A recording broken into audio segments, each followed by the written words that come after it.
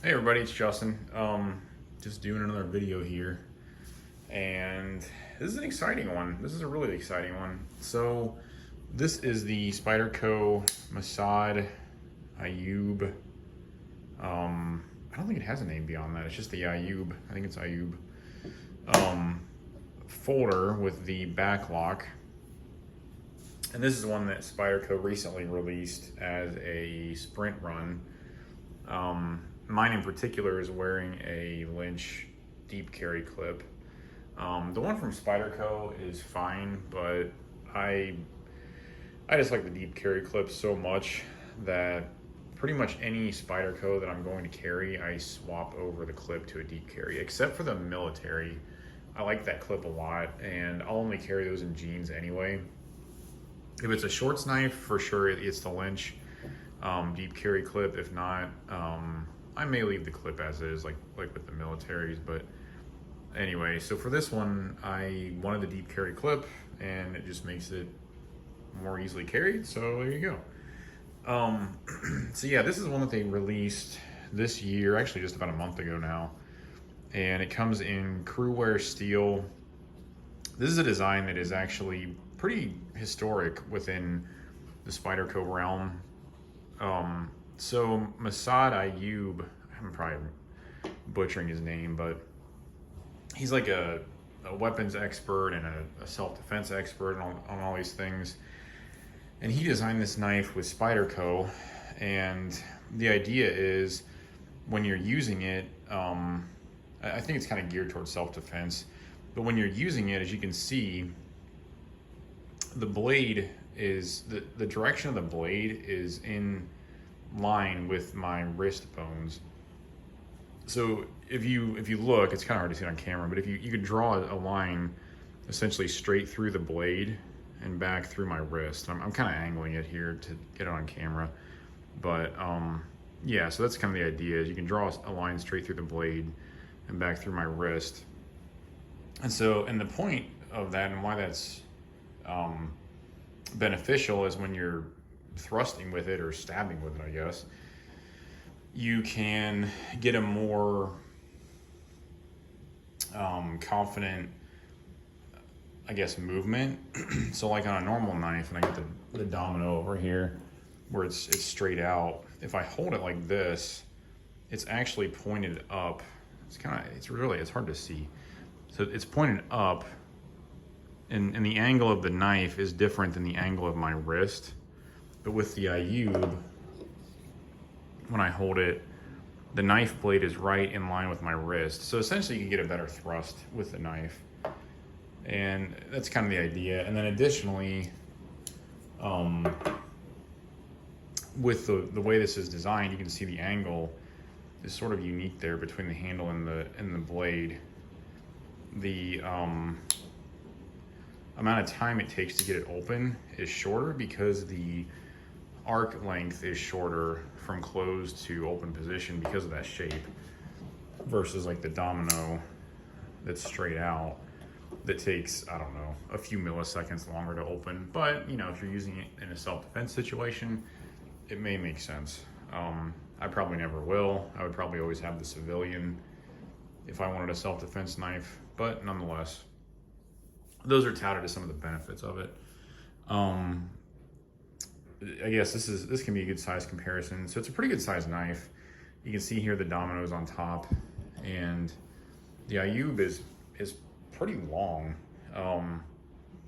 It's sort of hard to kind of convey it with the angle of it, but it's probably a good 1.5 inches longer than the domino, even with the angle. If it was straight, it would probably be 2.5 to 3 inches longer.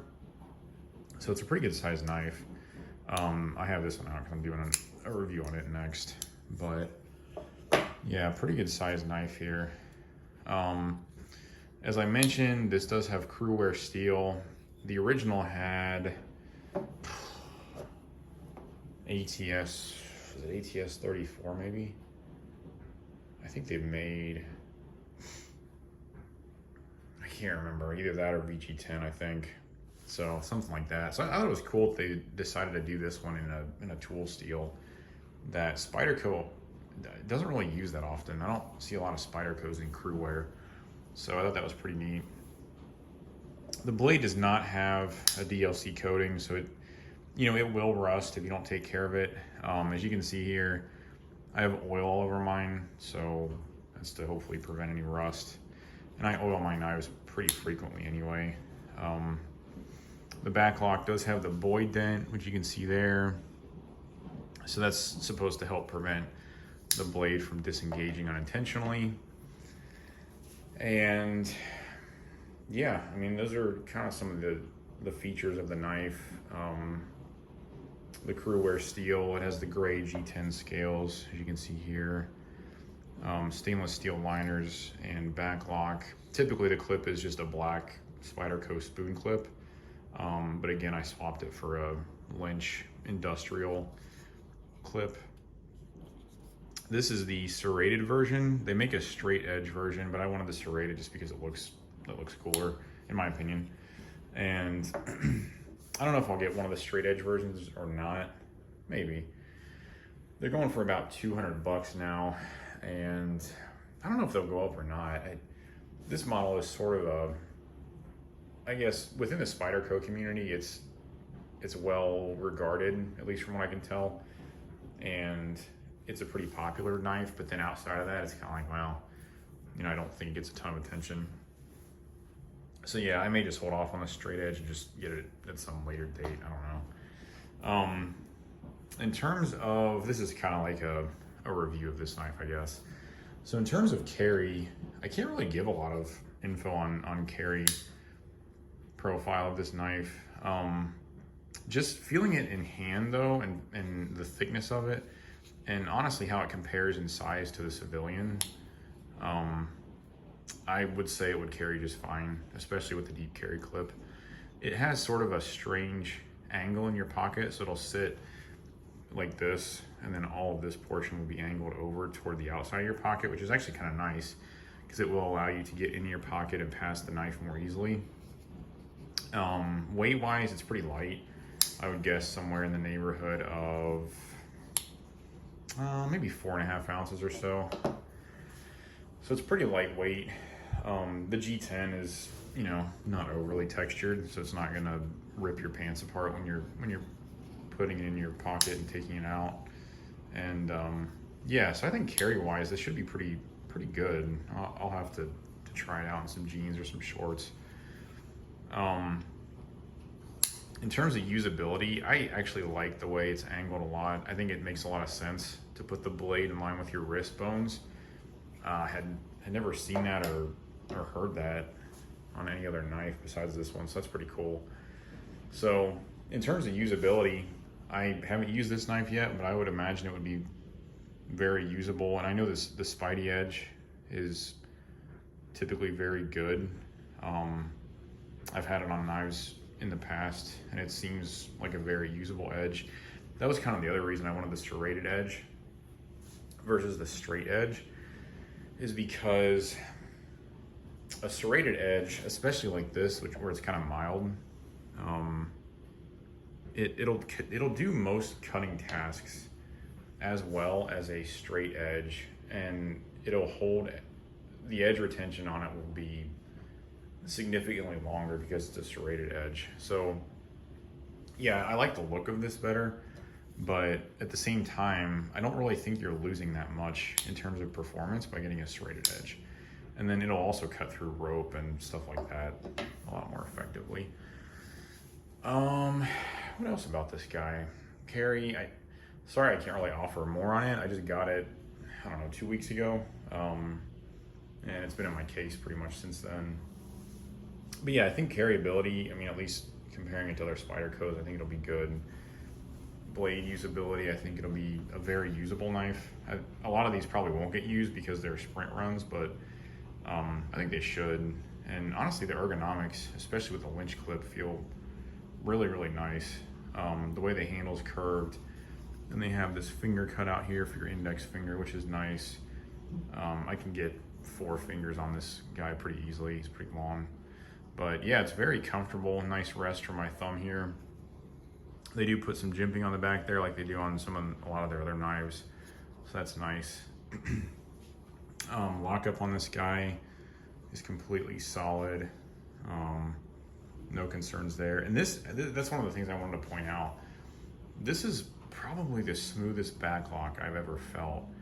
I don't know how to describe it without you actually feeling it, but all you have to do is just push this down, and you can kind of get your finger up there and just guide the blade away from the lock and just close it with your thumb. It's very, very smooth.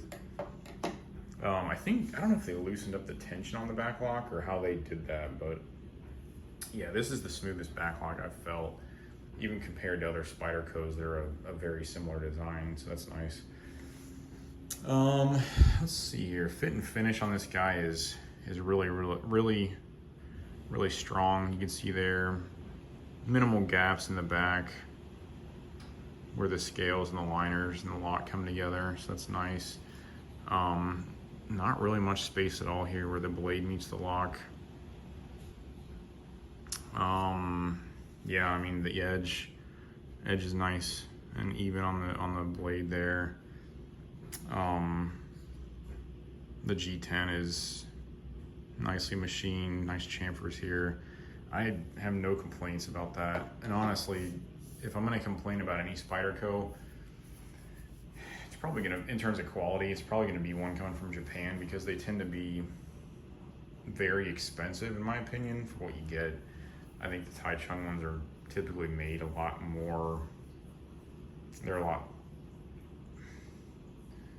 higher, I'm trying to think of a good word. They're just made better, I think. And this is made in their Seki City plant. But yeah, this one's really nice. You can position the clip in any of the 4 orientations, so that's pretty cool.